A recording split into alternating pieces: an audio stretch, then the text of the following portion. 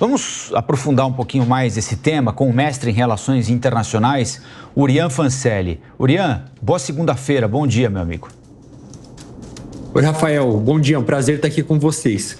Urian, o presidente francês Emmanuel Macron antecipou as eleições legislativas na França exatamente por causa do resultado surpreendentemente bom do partido da Marine Le Pen no dia 9 de junho, nas eleições francesas para o Parlamento Europeu. Faz 20 dias, portanto, arredondando.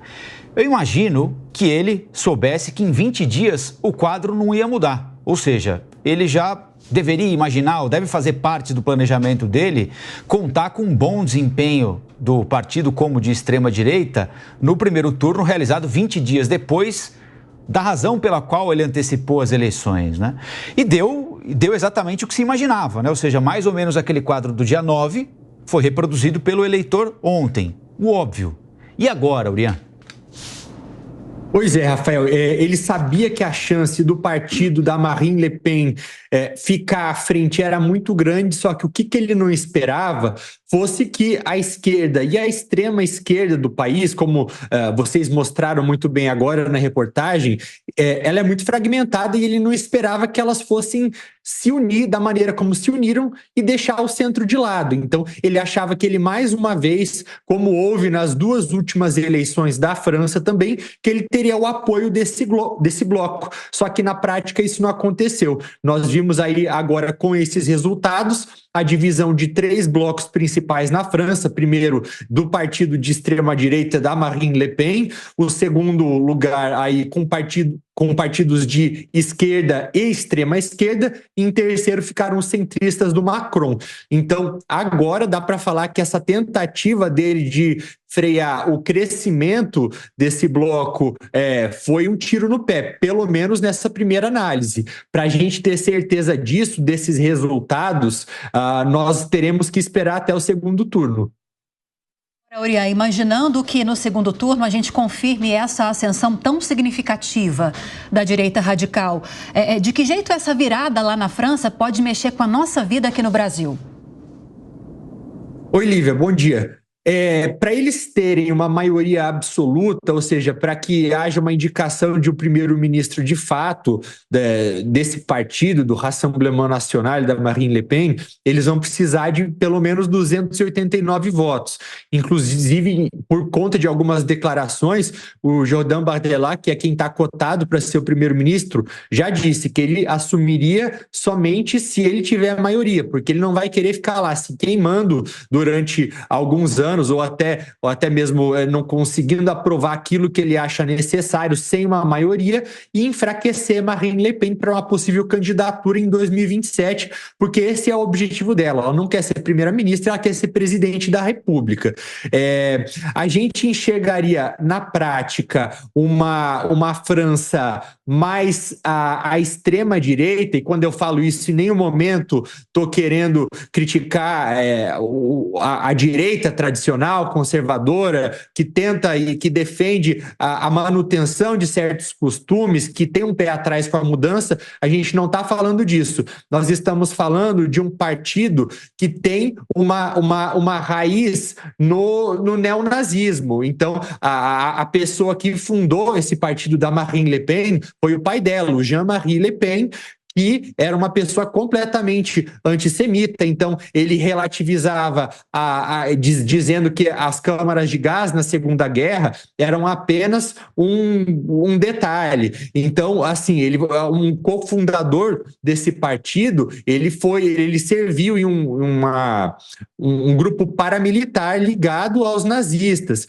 Então, assim, não é um grupo que seja de muita confiança, até mesmo porque essa essência, apesar de tudo, apesar de hoje dizerem que apoiam Israel, essa essência continua lá. Então, se isso acontecesse, haveria um peso maior, não só no país, bloqueando possíveis acordos comerciais que já dá até para dizer que já ficou para trás aquela história de acordo de Mercosul com a União Europeia. Então, seria um país mais protecionista, o que acabaria prejudicando os interesses brasileiros. Então, principalmente o agro brasileiro, que poderia ter maior dificuldade de fechar qualquer tipo de acordo com a União Europeia.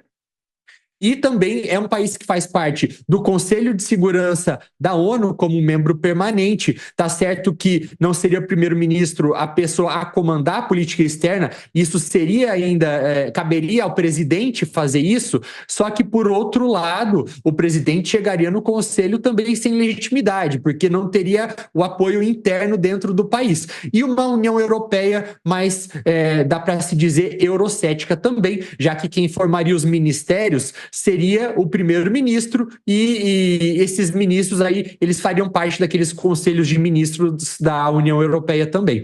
Então, muitas perdas econômicas aí, caso esse partido for para frente, para os brasileiros, pelo menos. Amanda?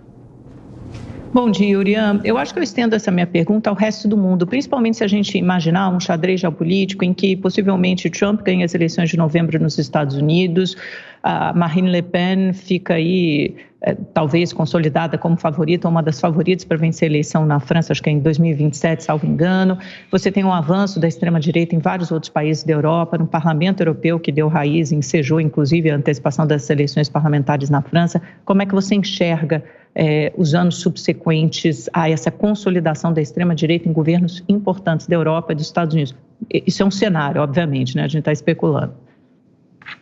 Amanda, é muito preocupante. De novo, não é porque existe uma ascensão da direita, é completamente legítimo a população tomar uma decisão para um lado, seja para a direita, para a esquerda, para o centro, e que a voz as vozes da população sejam ouvidas. Só que o que a gente tem observado na prática, que é o que preocupa, é que regimes de extrema direita e de extrema esquerda também, dos extremos, esses regimes têm minado alguns direitos individuais, algumas liberdades civis. Então, isso que é o que preocupa. São regimes que, uma vez que chegam ao poder, tendem a não querer largar mais o osso. Tem até um estudo que eu sempre menciono, acredito que até já tenha falado aqui na Jovem Pan, que é um estudo que foi feito com 46 governos de 33 países e mostrou que governos com essas mesmas características do governo desse partido da Marine Le Pen, eles ficam no poder em média 2 vezes mais tempo do que governos não populistas, e que para isso eles têm 4 vezes mais propensão em mudar as regras do jogo,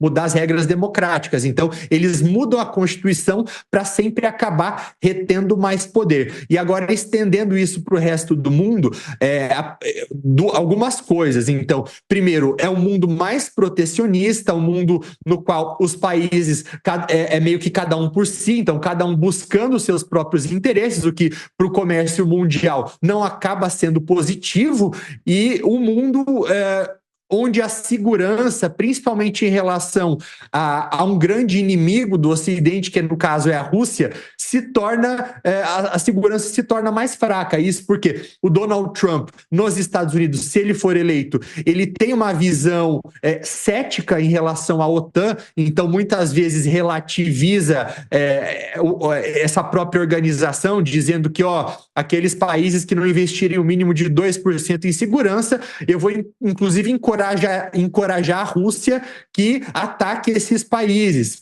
Ele ameaçou tirar os Estados Unidos da OTAN quando foi presidente também. E a Marine Le Pen, ela tem uma ligação bastante forte com o Vladimir Putin na Rússia, e ela é meio que contra ajudar a Ucrânia.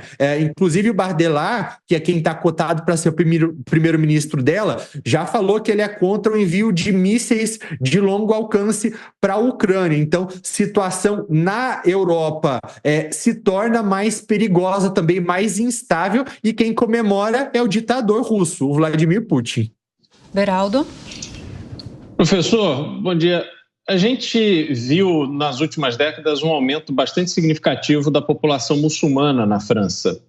Como é que, na sua avaliação, isso impacta o resultado das eleições? Está havendo uma mudança nessa força eleitoral em razão de um novo perfil de residente francês que passa aos poucos a ser inserido nesse cenário político? Beraldo, essa pergunta é excelente.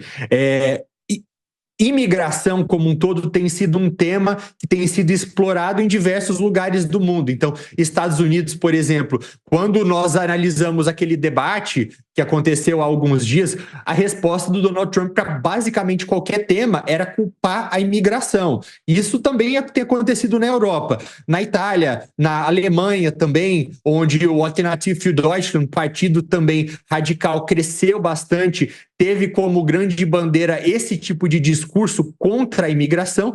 Isso também agora na França também. Existe um nome para isso, né? É o nativismo, é você tentar fazer um tipo de discurso político com base no medo, com base no medo de que outras pessoas de outros lugares estão vindo para tomar as suas oportunidades, apagar a sua identidade nacional. Isso tem sim pesado porque tem sido explorado, só que esse resultado especificamente, esse crescimento do partido da Marine Le Pen não pode ser atribuído apenas a isso, mas principalmente a um eleitorado mais jovem que se vê também, sim, houve sim um discurso de imigração muito forte, mas o eleitorado jovem que se vê sem perspectiva de futuro e que acredita também, em parte, que os imigrantes têm sido beneficiados em detrimento aí das próprias oportunidades, então, em relação à moradia, que eles têm se beneficiado.